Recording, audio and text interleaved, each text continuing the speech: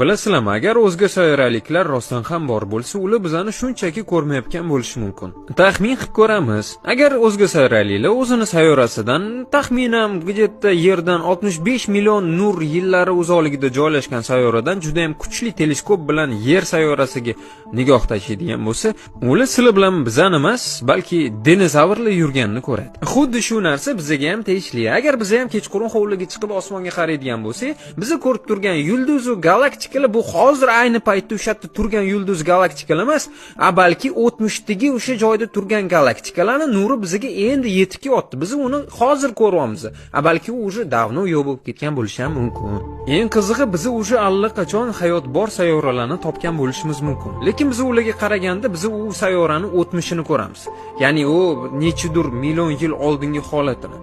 Hamma gap shundaki, bizani koinot shu darajada kattaki, boshqa sayyoralardan, boshqa galaktikalardan bizga nur yetib kelishi uchun 1 million yil kerak bo'lishi ham mumkin.